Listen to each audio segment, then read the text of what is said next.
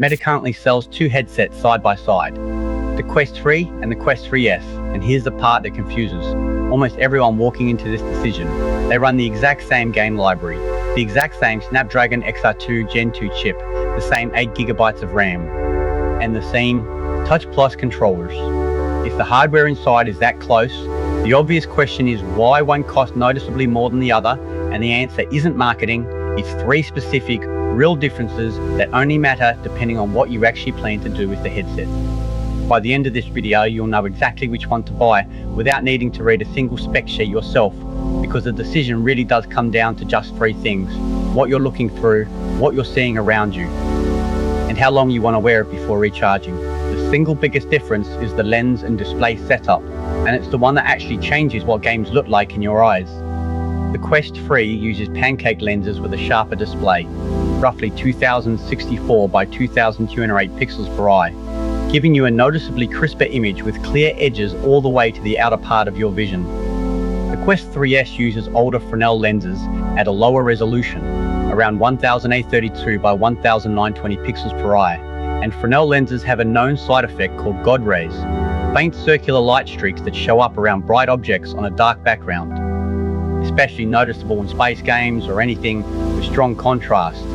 That resolution gap is easy to dismiss on a spec sheet, but pixel density is what actually determines whether in-game text and fine detail look crisp or slightly soft when the screen is sitting inches from your eyes, which matters more in VR than on a phone or TV.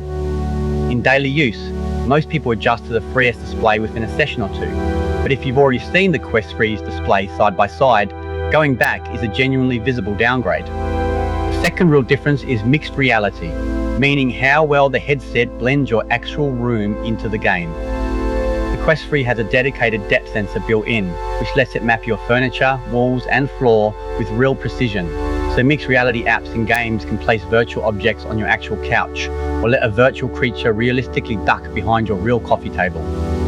The Quest 3S doesn't have that depth sensor, so its mixed reality still works using camera-based pass-through, but object placement is noticeably less precise, and anything that needs to understand the exact shape of your room will feel slightly off. If you've never used a mixed reality app and don't plan to, this difference won't affect you at all. But if part of the appeal is games or apps that blend into your actual living room, that missing sensor on the 3S is the specific piece of hardware you'd be giving up.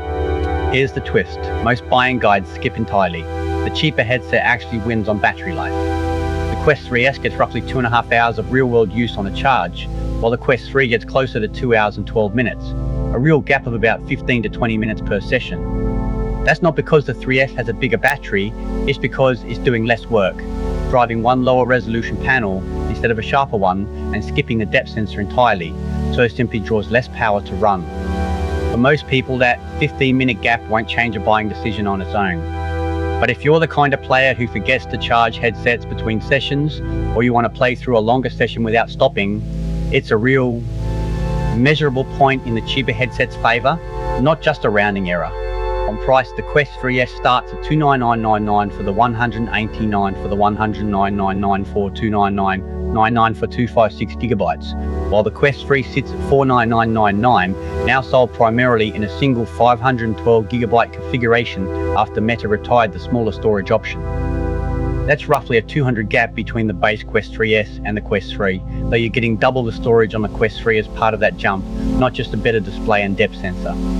Storage matters more than people expect in VR specifically, since game files tend to run larger than mobile games, closer to console-sized installs. So if you plan to keep more than a handful of bigger titles installed at once, the 3S's 128GB base model fills up faster than you think. Check Meta's own site before buying, since VR headset pricing shifts with sales more often than most electronics. Here's the actual verdict. Buy the Quest 3S if this is your first headset, you're mainly playing games rather than mixed reality apps, budget matters.